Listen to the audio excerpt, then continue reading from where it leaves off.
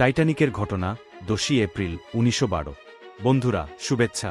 আজ বলছি সেই বিখ্যাত ঘটনার কথা, রোমসো টাইটানিকের, যা তার সময়ের পৃথিবীর সবচেয়ে বড় এবং বিলাসবহুল জাহাজ ছিল। 10 এপ্রিল 1912 সালে টাইটানিক প্রথমবারের মতো যাত্রা শুরু করে। এটি ইংল্যান্ডের সাউদাম্পটন বন্দর থেকে নিউ ইয়র্ক যাচ্ছিল। জাহাজে ছিলেন নানা ধরনের মানুষ, খ্যাতনামা শিল্পপতি, অভিনেতা, আবার অভিবাসীরাও যারা আমেরিকায় নতুন জীবনের সন্ধানে যাচ্ছিলেন। এই জাহাজটির অধিনায়ক ছিলেন 62 বছরের প্রবীণ ক্যাপ্টেন এডওয়ার্ড জন স্মিথ। যাত্রীদের মধ্যে, জনসাধারণের মধ্যে এবং সংবাদ মাধ্যমে টাইটানিককে ঘিরে প্রবল উত্তেজনা তৈরি হয়েছিল। কারণ এটি শুধু বিশ্বের সবচেয়ে বড় জাহাজই নয়, প্রায় 269 মিটার লম্বা এবং 53 মিটার উঁচু। এর ভেতরের আড়ম্বর সত্যিই অভাবনীয় ছিল। সেই সময়ে এই জাহাজ বানাতে খরচ হয়েছিল $7.5 মিলিয়ন, যা আজকের হিসাবে প্রায় $400 মিলিয়ন সমান। ভেতরের সাজসজ্জা ও সুযোগ সুবিধা যে কোনো 5 তলা হোটেলকেও হার মানা।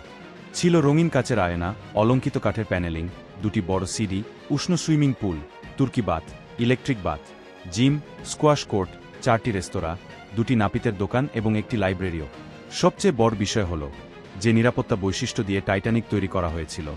মানুষ বিশ্বাস করত যে এই জাহাজ অডুবনীয়, অর্থাৎ কখনো ডুবতে পারবে না। জাহাজটি বানিয়েছিল হোজাইট স্টার লাইন কোম্পানি।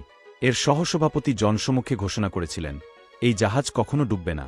কিন্তু যাত্রা শুরুর মাত্র 2 দিন পরই, 12 এপ্রিল 1912 সালে টাইটানিক বরফখণ্ডের সতর্কবার্তা পেতে শুরু করে। আটলান্টিক মহাসাগরে প্রচুর আইসবার্গ ভেসে বেড়াচ্ছিল, যা ছিল ভয়ঙ্কর হুমকি। এমন সতর্কবার্তা অস্বাভাবিক কিছু নয়। জাহাজগুলো প্রায়ই একে অপরকে রেডিও বার্তা দিয়ে বিপদের ইঙ্গিত জানায়। এই সতর্কবার্তা পেয়ে টাইটানিক দুবার দিক পরিবর্তন করলেও গতি কমায়নি। এটি 2-1-5 নট, প্রায় 400 কিমি/ঘন্টা গতিতেই এগোতে থাকে। 14 এপ্রিল আরও 7 বার বরফখণ্ডের সতর্কবার্তা পাওয়া সত্ত্বেও ক্যাপ্টেন স্মিথ এবং তার ক্রুরা তা উপেক্ষা করেন। গতি একটুও কমানো হয়নি। সেদিন রাতে চারিদিকে চাঁদহীন অন্ধকার, প্রচণ্ড ঠান্ডা হাওয়া বইছিল। টাইটানিকের উপরের ক্রোজ নেস্ট, পাহারা দেওয়ার জায়গা থেকে এক নাবিক, ফ্রেডরিক ফ্লিট, রাত 11:39 হঠাৎ সামনে বিশাল একটি বরফখণ্ড দেখতে পান। তিনি সঙ্গে সঙ্গে ঘণ্টা বাজিয়ে ব্রিজে খবর দেন। প্রথম অফিসার দ্রুত ইঞ্জিন রুমে বার্তা পাঠান বাম দিকে ঘোরানোর জন্য। কিন্তু দেরি হয়ে গিয়েছিল। 1 মিনিট পর রাত 11:40 টাইটানিক আইসবার্গের সাথে ধাক্কা খায়। এই আইসবার্গ ছিল প্রায় ফুটবল মাঠের সমান বড় এবং 1.5 মিলিয়ন টন ওজনের। টাইটানিকের সামনের ডান দিকে গিয়ে ধাক্কা লাগে এবং মাত্র 10 সেকেন্ডে জাহাজের শরীরে বিশাল ক্ষতি হয়। 6টি জলরোধী কক্ষের মধ্যে 6টিতে পানি ঢুকে পড়ে, যেখানে 4টির বেশি ভরলে জাহাজ বাঁচানো অসম্ভব। অর্থাৎ অডুবনীয় জাহাজ ডুবে যাবে। মধ্যরাতে ক্যাপ্টেন স্মিথ রেডিওতে বিপদ সংকেত পাঠাতে বলেন। একমাত্র রোমসো টাইটানিক জাহাজ সংকেতটি ধরে এবং উদ্ধারে রওনা দেয়। কিন্তু এটি ছিল 107 কিমি দূরে, আসতে সময় লাগত 3.5 ঘণ্টা।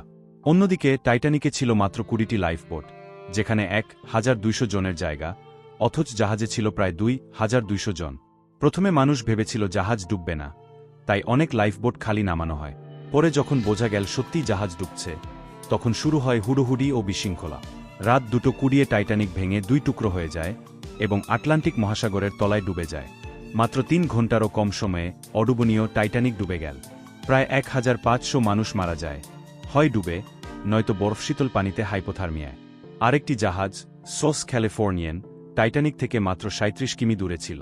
তারা রকেট সিগন্যাল দেখলেও গুরুত্ব দেয়নি। যদি সেদিন সাহায্যে এগিয়ে আসত, অনেক প্রাণ বাঁচানো যেত। এই বিপর্যয়ের পর বিশ্বব্যাপী নৌনিরাপত্তায় বড় পরিবর্তন আনা হয়। 1914 সালে সোলাস চুক্তি হয়, যেখানে প্রতিটি জাহাজে পর্যাপ্ত লাইফবোট রাখা বাধ্যতামূলক করা হয় এবং আন্তর্জাতিক আইস পেট্রোল চালু হয়। 1985 সালে সমুদ্রের 3800 মিটার নিচে টাইটানিকের ধ্বংসাবশেষ খুঁজে পাওয়া যায়। এখনও এটি ধীরে ধীরে ক্ষয়ে যাচ্ছে এবং অনুমান করা হয় 2030 সালের মধ্যে সম্পূর্ণ মিলিয়ে যাবে। আজও টাইটানিক নিয়ে মানুষের কৌতূহল অটুট। 2012 সালে এক অস্ট্রেলিয়ান কোটিপতি টাইটানিক বানানোর ঘোষণা দেন, কিন্তু সেটি আজও বাস্তবায়িত হয়নি।